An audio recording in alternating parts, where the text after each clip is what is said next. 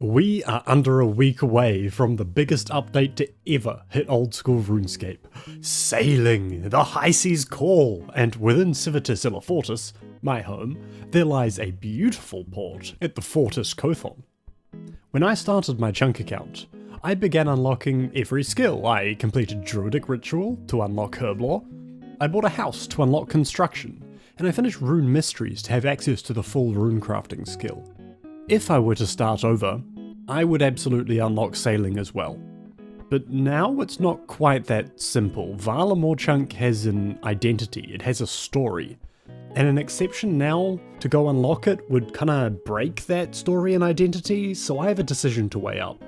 And to make that decision, I want to look into the nature of exceptions on a one-chunk Ironman and my thoughts on them. There are 4 things I balance when deciding whether an exception is right for me.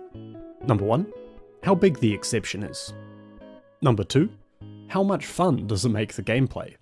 Number 3, how much time does it save. And number 4, how effective is it for making content. So let me discuss the exceptions I've made on the account so far and compare them to these parameters. The rules on a one-chunk Ironman are simple.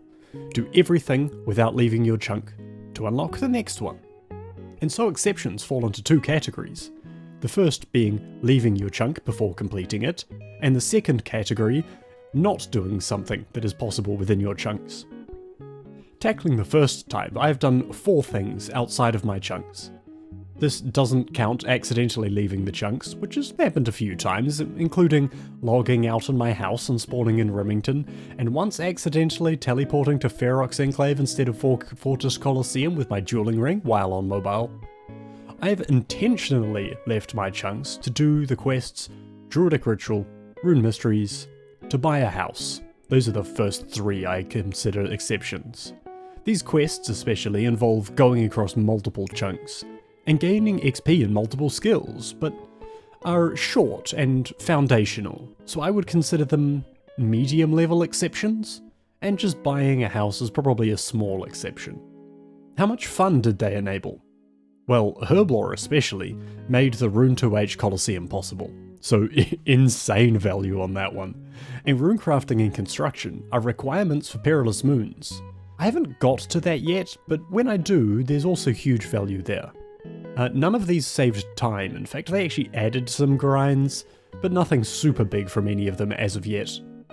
And for content, well, the Coliseum is the biggest thing I've ever done on my channel, so it's a huge win for my preparation exceptions. The 4th and final thing I did outside of my chunks was go pick up League rewards in Lumbridge. I earned the points in only the region of Varlamore in the League, and only claimed cosmetic items, so I'm going to say that's a small exception for lots of fun looking cool. So let's look at my 3 exceptions of which are not doing something that is possible within the chunk. The first is skill capes. I could currently acquire the construction and runecrafting skill capes. Not getting these is a pretty big exception.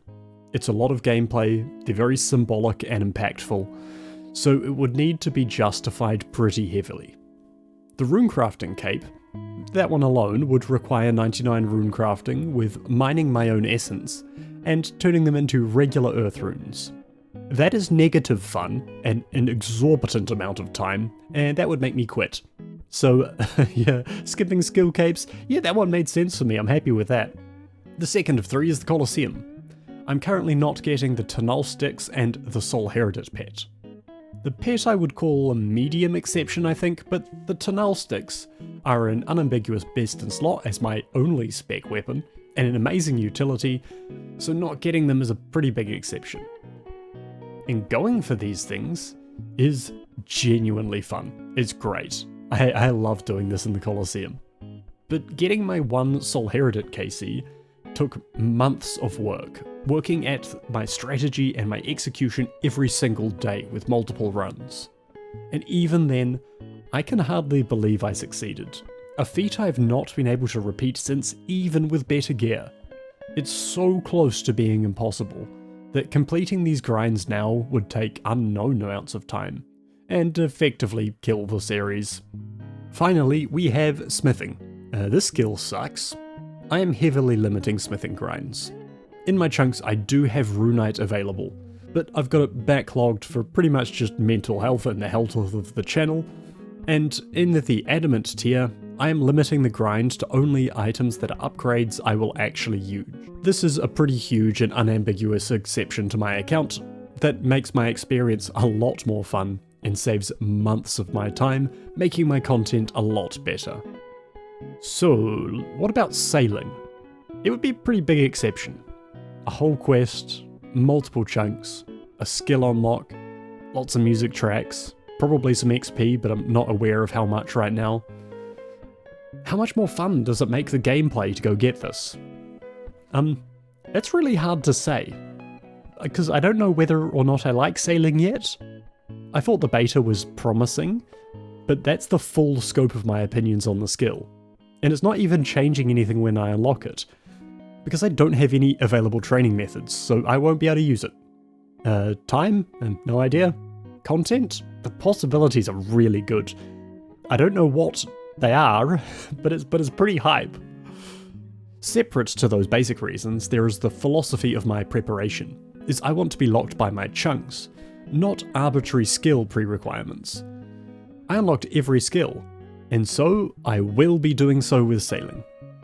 On release, I will do the intro quest and then return to my chunks.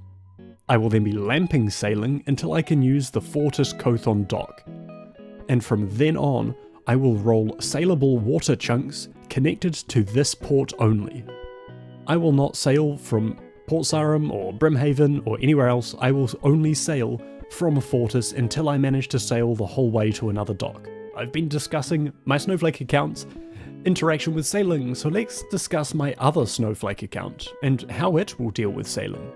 For you chunk viewers who aren't familiar with my UIM, this is Ethical Crack, and I play UIM seriously by not storing anything outside of my inventory. That's no looting bag, no player-owned health storage, no death storage or anything, but with these restrictions, I want to do everything I can.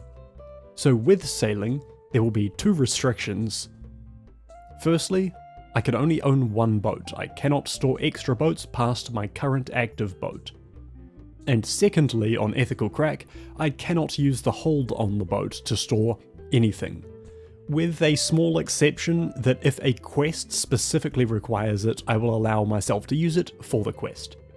If this account has piqued your interest, keep your eyes peeled, as shortly after sailing there'll be a big full series compilation and re-edit to let you follow the story and join in on Ethical Crack's insane ride in a much more consumer-friendly way than the pretty rough first videos on this series.